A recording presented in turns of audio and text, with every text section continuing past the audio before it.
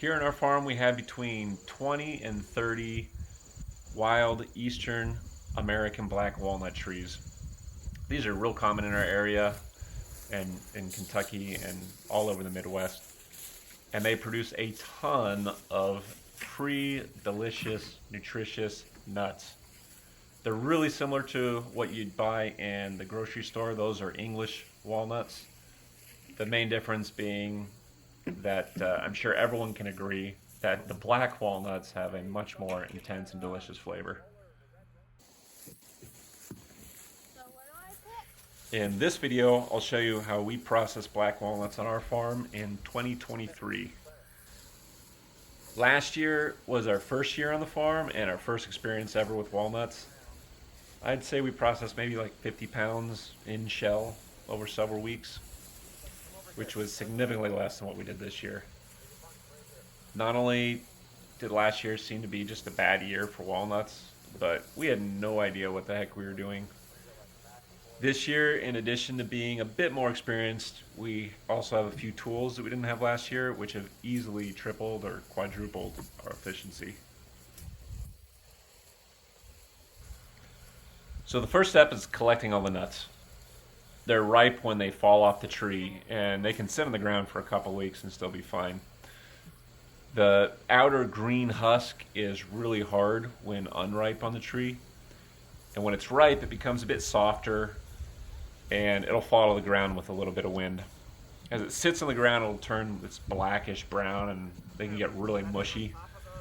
And if it stays on the ground for too long, the husk will dry up and turn hard and black, at which point they're much harder to process and more likely to have gone bad at this point.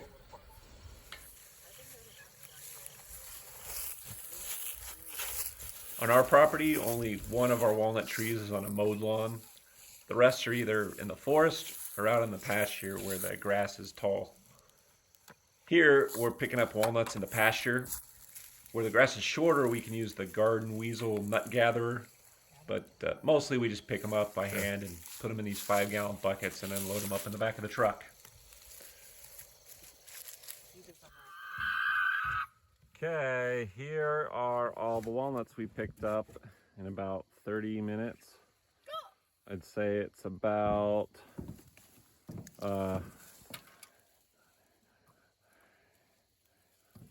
probably close to 50 gallons. Once gathered, it's time to remove the outer green husk. There are many ways to do it. In fact, last year I removed them with my bare hands and a pocket knife. This is the slowest way to do it, but you know, it's fine if you only have a few nuts and you're wearing gloves. If you don't wear gloves, this could happen to you.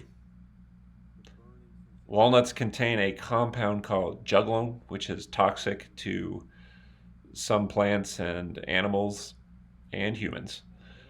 A little on your skin shouldn't be a problem other than a little bit of standing, but high exposure can lead to second-degree chemical burns, as happened to me last year.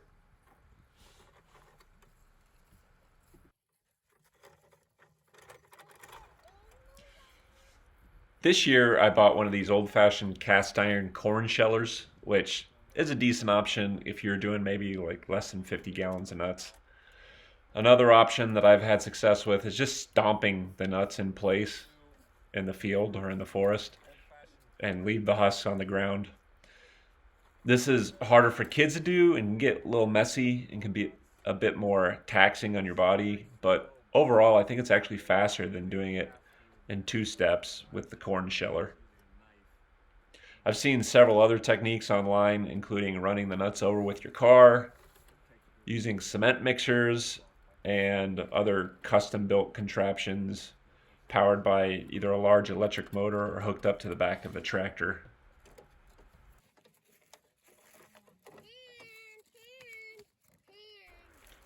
After removing the majority of the husk, it's time to clean the nuts up.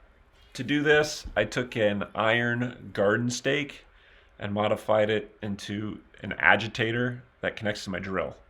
Fill up a large bucket with water and nuts and spin the agitator for about a minute at a time. Then I dump the dirty water out, rinse the nuts off, and repeat 3 or 4 times until the water looks more clear. It'll still be brown, but the water should be clear and not murky.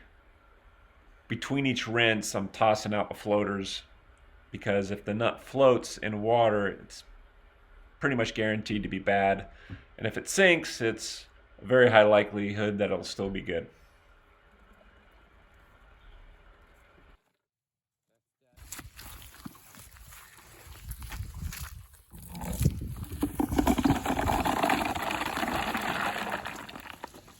There we go.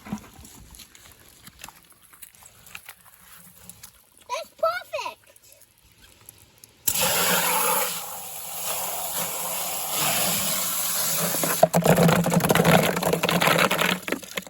It's still mine.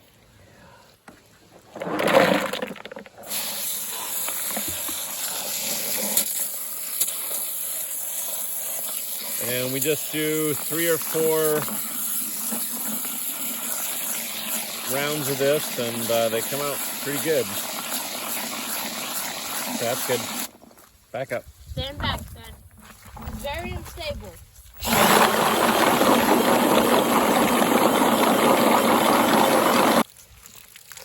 So they're looking a little better. Round 2. Fill her up. Yeah, they're clean.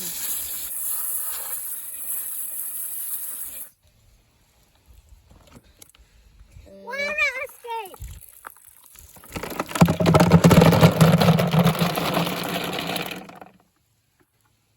Okay, we'll do one more round.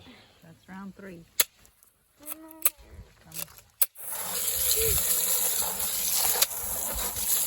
Where's all your clothes?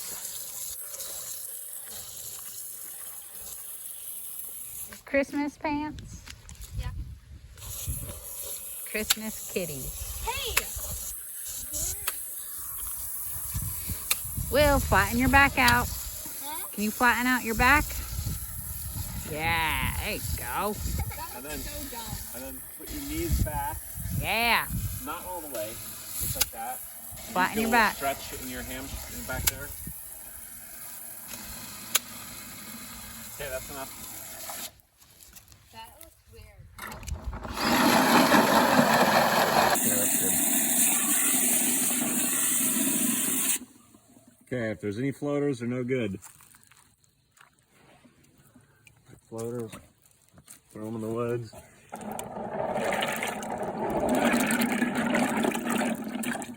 Hey, that's pretty dang good. Only 3 or 4 floaters. Next, I dump the nuts into a bin to dry them. Here I'm using one of our poultry carriers. This allows for a lot of airflow, but the holes are small enough that the squirrels can't remove any of the nuts. If you leave them out in the open, you'll most definitely lose some to hungry critters like squirrels or raccoons or whatever. You're not gonna film me. Don't film me. Why? Look at me. You look ridiculous. I'm just filming you just in case you want to use this footage.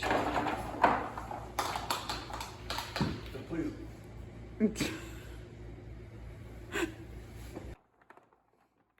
After a couple days of drying outdoors, we bring them inside to cure. Black walnuts need a few weeks or months to cure, which basically means the nut meat needs to dry enough so that it shrinks a little bit. This makes the nut meat easier to remove from the shell. Okay, here's all of the walnuts that we processed this year. We bagged ours up in 5-pound increments in these onion bags, and we'll leave them in our storage room to cure until we're ready to use them. So in total, we have 285 pounds of walnuts. I also collected some hickory nuts. See if we like those. Okay, one way you can crack these is with some vice grips.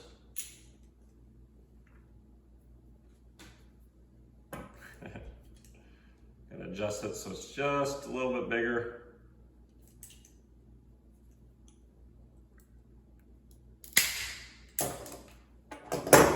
There we go, that works pretty good.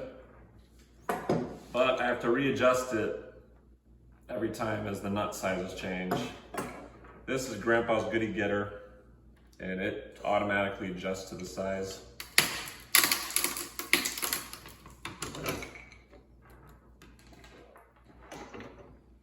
You can also use a hammer, a vise, or any heavy-duty nutcracker.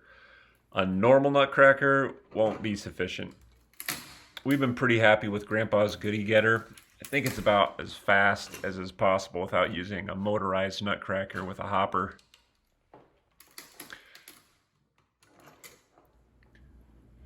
So after you crack the shell, you're going to use some wire cutting snips to snip away the shell until you get the meat out clean. The goal is quarters, and if you're lucky, you can get a half. So here we're cracking about a pound of nuts, and it takes us about 20 minutes in this time lapse. Out of that pound, we get 2 5/8 ounces of nut meat, which turns out to be 17%, which from what I hear is pretty good for black walnuts.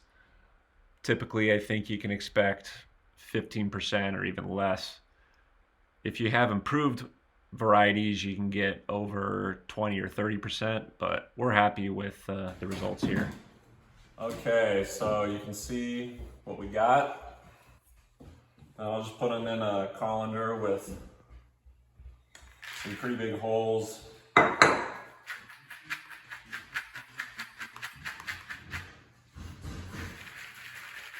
Just try to get out all the shells. The shells, if you bite into a shell, it is not pleasant. Crack your tooth if you're not careful. And we're gonna use these nuts to make some cookies. Yum. Well, here's the sad reality with black walnuts. These are a delicious cookie recipe. We've made them before. I'll link to them in the description below. But I kind of burnt them. This is one of the less burnt ones. And because there's so much work to crack open, I didn't want to make another batch for this video. But there's a few that are still edible. So Emily, have a bite.